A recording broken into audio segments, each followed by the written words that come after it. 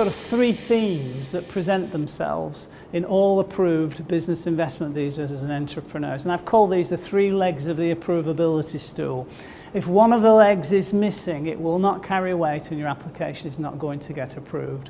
By the same token, if you have all of these things in play, it doesn't automatically follow that your visa application will be approved.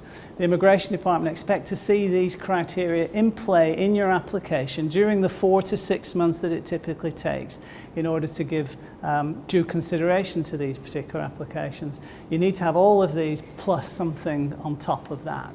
So substantial contribution to the economy of Hong Kong is a matter of certainly having a clear pathway to the creation of local employment opportunities.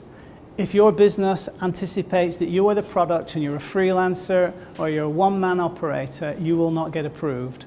Substantial contribution to the economy of Hong Kong, like it or not, irrespective of how you may or may not need other people working in your business, requires the creation of local employment opportunities.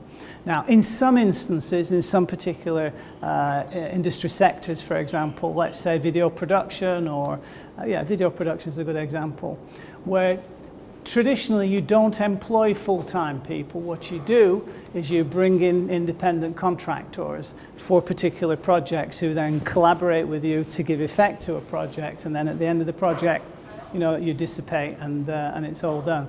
You can, if you're in that kind of industry, argue that the work that you're giving out to these contractors is the equivalency of downstream employment or the equivalency of full-time employees. But in the main, the Immigration Department expect to see that there's going to be local employees working in your business. Secondly, if you're planning to run your business from your kitchen table or your spare bedroom, you can forget it. The Immigration Department are not interested in knowing that you plan to run your business from your home. Residential tenancy agreements to support your business plan will not work for the purposes of this visa. So what you need to do is to be in Campfire, for example. Co-working spaces are acceptable to the Immigration Department.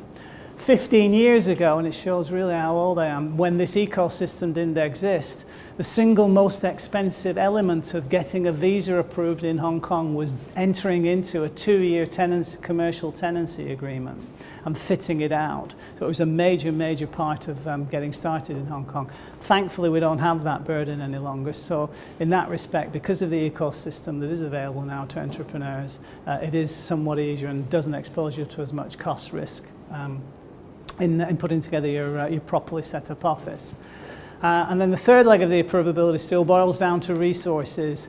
You need funding resources on the one hand, and you need resources which speak to sustainability of the business on the other, and I'll talk about those right now.